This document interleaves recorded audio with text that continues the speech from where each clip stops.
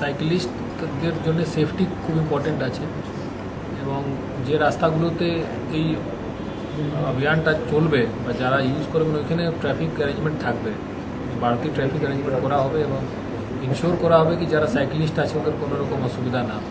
এনএইচে যেহেতু high road প্রচুর traffic থাকে, সেখানে যদি সাইকেল আসে সেই জায়গায় কি কোনো সমস্যা হতে পারে?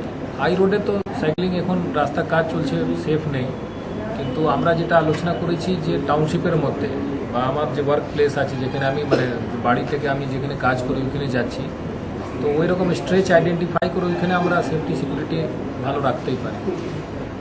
পুলিশিং তো সেদিন তার ওই আলাদা করে সাইকেলিং হতে পারে না, কিন্তু আপনি ব্যক্তিগতভাবে নিজে সেদিন কী করবেন?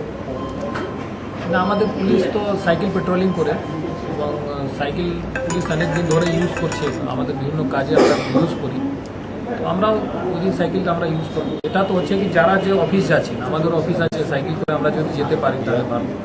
ডিএসপি আছে, আইএসপি সেল আইএসপি আছে, ইসিএল, তো সবারই এরকম আছে। অনেক লোক বাইরে থেকে কমিউট করে, ওদের ক্ষেত্রে এটা সমস্যা হতে পারে, যারা ট্রেনে করে বাইরে থেকে আসছে।